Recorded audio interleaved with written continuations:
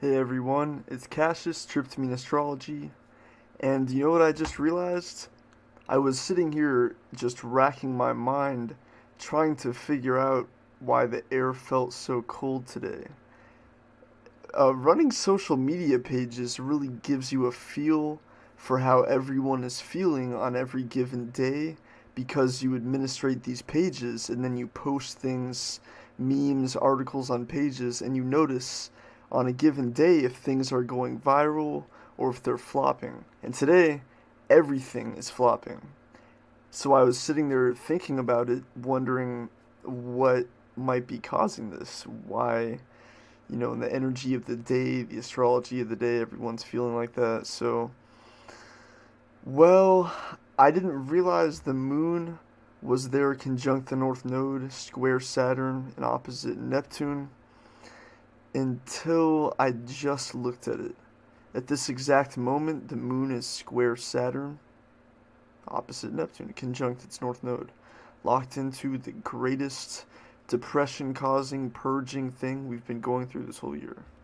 So, but this, before I saw the moon was conjunct the North Node right now, it clicked with me.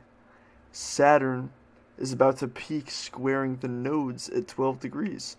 Saturn is moving forward again, and as the nodes approach Neptune slowly, but Neptune is retrograding, so that's going to be a minute. The very last part of this whole Saturn square Neptune is Saturn square the nodes. And that's going to peak, exactly peak.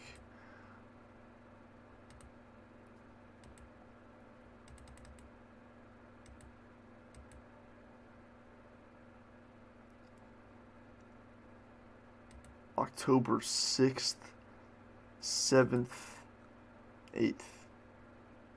The exact one will be October 8th. Saturn square the nodes. That's it. This is a long thing, isn't it? This is a very, very long cold purging. This is unbelievable. This Mercury retrograde landed right on top of the final peak of Saturn square Neptune. For that period of time when Saturn was at 10 degrees and Neptune was at 10 degrees, that was unbelievable. That was real. We've really just gone through something. We're good. But damn. And for this too, Uranus is right there conjunct Eris. That's where they had to get stuck. Exactly conjunct. That's how things work. It's so fateful. I think that Jupiter and the Sun conjunct Makemake. I still think Makemake is pretty malefic. It seems like Makemake is arguably one of the most malefic and difficult feeling dwarf planets. It feels really rash, emotional, and sporadic in every person I've seen it in and in the planets. No offense to anyone, it's just the way it is. Cancer, Aries square. It's like that. Sporadic, fiery, youthful, Aries stuff, square, emotional Cancer. It's like a mix between Cancer, Aries, and Scorpio. If you can compare it like that. That's what I think Makemake is like. I'm going to make these videos about all the dwarf planets. Since I have this new video software and I can do this now, and I'm better at narration, I'm going to make these dwarf planet videos where I go into every dwarf planet and interpret it. I'm almost ready to do that. That'll be cool. It's a slow day, no doubt about that. This exact moment, 1:11 p.m. Pacific time, the moon is conjunct the North Node. There's this strange moment of progress. Everyone will be reflecting, thinking about the lessons of the last few months. It'll feel cold, no doubt. But the sun is semi-sextile Venus, and when Libra mixes with Scorpio, you have this really emotional, angelic, golden, harmonious, probably antisocial type of this delicate, angelic, golden, deep, strange, quiet appreciation for things. That's the mix between Libra and Scorpio in a semi-sextile. That's what I think. Mercury is just slowly moving forward in Virgo. Slow, slow, slow. Mars is at a slow place now, right on the cusp of the galactic center, the cusp of Sagittarius and Capricorn. The cusp of Sagittarius and Capricorn is where things get really cold. They turn from really bright and sunny because Sagittarius and Gemini are some of the brightest constellations on the zodiac, on the ecliptic. It gives it this Jupiterian type expansive feeling. That's why Sagittarius is Jupiter. It's filled with bright stars.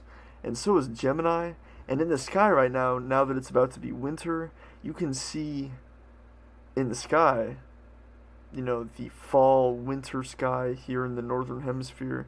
You can see Orion. And Orion is beautiful to me. I remember the full moon that occurred right on Saturn square Neptune at the first peak of Saturn square Neptune on November 25th, 2015.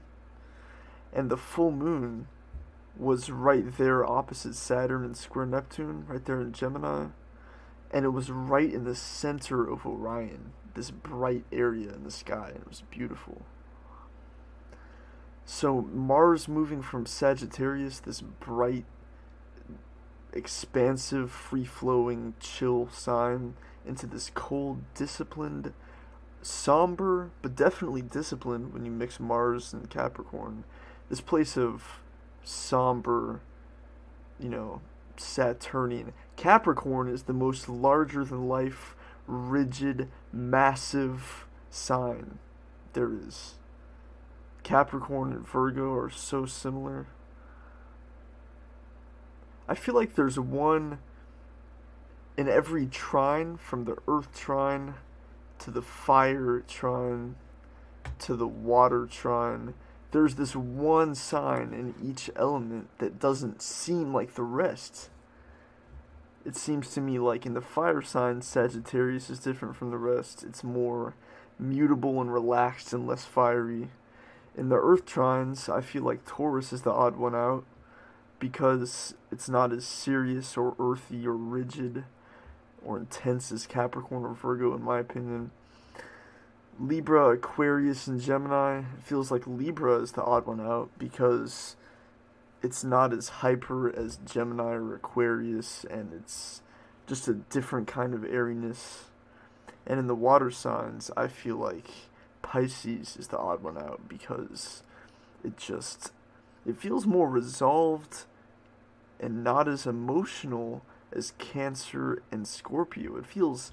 It's deep and it feels these deep things like the water signs do, but it's not as emotional. It's like resolved of a long process of emotions that started with Cancer, got intense in Scorpio. You know? I hope you like that ranting. It was fun.